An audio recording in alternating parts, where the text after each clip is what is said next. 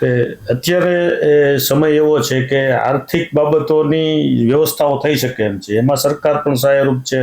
તમે કીધું એમ એવા કેટલાક જેને આપણે ભામાશા કહી શકીએ, દાતાઓ કહી શકીએ, એવા લોકો પણ છે કે જે પડદા પાછળ એનું નામ ન આવે એ રીતે પણ આમાં સપોર્ટ કરતા હોય છે. અને ઘણી વખત અમારા માધ્યમથી એટલે મીડિયાના માધ્યમથી પણ ઘણા સારવાર માટેની અમે અપીલ કરતા હોઈએ છીએ. ઘણા એવી પરિસ્થિતિ આર્થિક રીતે નબળી પરિસ્થિતિના લોકો હોય અને એ કેસ અમારી પાસે આવે તો અમે પણ મીડિયા પણ આમાં મદદરૂપ થતું હોય છે. પોતાના અખબાર કે ચેનલના માધ્યમથી આ પ્રકારની સહાય માટે, મેડિકલ સહાય માટે અપીલ કરતા હોય છે અને એનો રિસ્પોન્સ પણ ખૂબ સારો મળે છે. એનો હું ખુદ પણ ઘણી બાબતોમાં સાક્ષી બન્યો છું. એટલે ખાસ કોઈ વ્યક્તિઓએ કેન્સર થાય એટલે એનાથી ડરવાની જરૂર નથી. સૌથી અગત્યનું સાહેબ તમે કીધું એમ કે એની આર્થિક વ્યવસ્થાઓની પણ જોગવાઈઓ છે, સરકારશ્રી તરફથી પણ સમર્થન છે અને અત્યારના સમયમાં ડૉક્ટર સાહેબ જેવા, માકડીયા સાહેબ જેવા નિષ્ણાત અને તજજ્ઞ કહી શકાય એવા ડૉક્ટર્સની ટીમ પણ અવેલેબલ છે ગુજરાતમાં મોટા પાયે.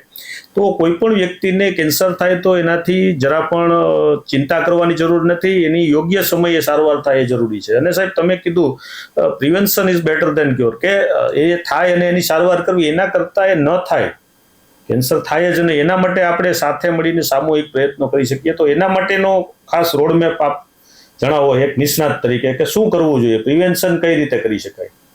રાઈટ. ડેટા એવું કહે છે કે અપ્રોક્સિમેટલી 30-35% જેવા કેન્સરને તમે જો પ્રોપર ઉપાયો અજમાવો તો પ્રિવેન્ટ કરી શકો. અને ઉપાયો એટલે કે સૌથી પહેલું તો કહીશ કે શરીરને હેલ્ધી રાખવું. હેલ્ધી કેવી રીતે રાખશો? કામ કરતું રહેવું, એક્ટિવ રહેવું, કોઈ પણ સ્પોર્ટ્સ એક્ટિવિટી હોય, પ્રાણાયામ હોય, યોગા હોય, કોઈ એક્ટિવિટીને તમારી હોબી બનાવી દો, તમારા ડેઇલી રૂટીનમાં હોવી જોઈએ, જેથી તમારું શરીર હેલ્ધી એક્ટિવ રહે. શરીરમાંથી પરસેવો પડવો જોઈએ.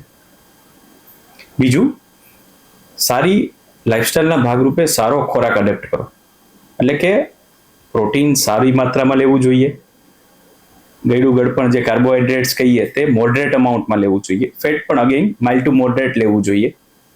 ગ્રીન લીફી વેજીટેબલ્સ છે, જે ફ્રૂટ્સ છે કે જે જંતુનાશક દવા વગરના હોય અથવા તો ઓછી જંતુનાશક દવાનું જે વપરાશ કરેલા જે ગ્રીન લીફી વેજીટેબલ્સ છે જે અને ફ્રૂટ્સ છે એનું સેવન રાખવું જોઈએ. એમાંથી ઘણા બધા એન્ટીઓક્સિડન્ટ્સ મળે છે. કુદરતી સૂર્યપ્રકાશ જે માપસરમાં લેવો પણ પ્રોટેક્ટિવ છે. ઘણા બધા ઓમેગા-3 ફેટી એસિડના ઘણા સારા સોર્સ છે. આ બધી વસ્તુ એક સારો ખોરાક ગણાય.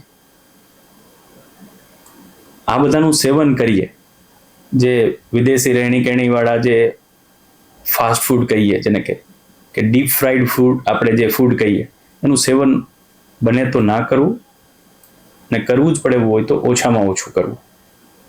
ત્રીજું કહીશ, પૂરતી માત્રામાં ઊંઘ વગેરે પણ બહુ જરૂરી છે. એન્ઝાઇટી એટલે કે ડર ન હોવો જોઈએ, કારણ કે આ બધી વસ્તુઓ સારી રહેણીકરણીનો ભાગ છે. જેમ સારી રહેણીકરણી હશે એમ દર્દીની ઇમ્યુન સિસ્ટમ એટલે કે ઈશ્વરે આપેલી રોગપ્રતિકારક શક્તિ એ દર્દીના શરીરનું કેન્સર જ નહીં બીજા પણ અમુક રોગો સામે રક્ષણ કરવા માટે સક્ષમ છે. બિલકુલ. તો ઈશ્વરે આપેલી કુદરતી શક્તિનો મેક્સિમમ આપણા શરીરને લાભ મળે એના માટે એક સારી રહેણીકરણી અપનાવીએ. બીજું, વ્યસનોથી આપણા શરીરને દૂર રાખીએ. તમાકુ છે, દારૂ છે, આ બધાને લીધે ઘણા બધા કેન્સર થાય છે, ઘણા બધા શરીરના અવયવોના કેન્સર થાય છે. ત્રીજું, મેં કહ્યું એ પ્રમાણે વાતાવરણમાં જે પાણીમાં, હવામાં જે પ્રદૂષણ છે એ ઓછું થાય એના માટે આપણે સમાજ તરીકે જાગૃત થવાની જરૂર છે.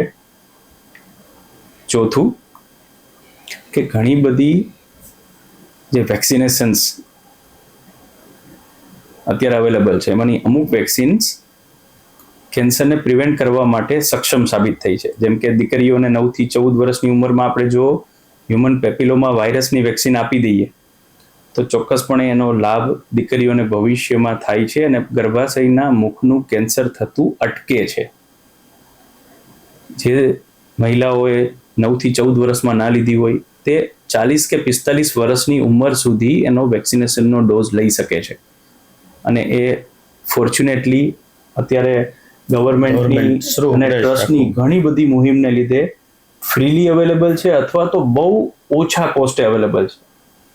સેમ વસ્તુ હિપેટાઇટિસ બી નામના વાયરસને લીધે પણ અમુક કેન્સર થાય, ખાસ કરીને લીવરનું કેન્સર. તો હિપેટાઇટિસ બીની પણ તમે જો વેક્સિન ટાઈમ પર લઈ લો તો એને નિવારી લગતા શકાય. કેન્સરથી તમે બચી શકો.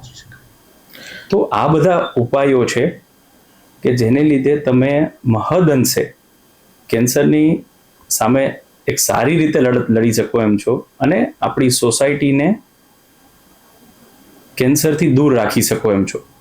એટલે કે સારી રીતે આપણે પ્રિવેન્શન નામનું હથિયાર કેન્સર નામના રોગ સામે વાપરી શકીએ.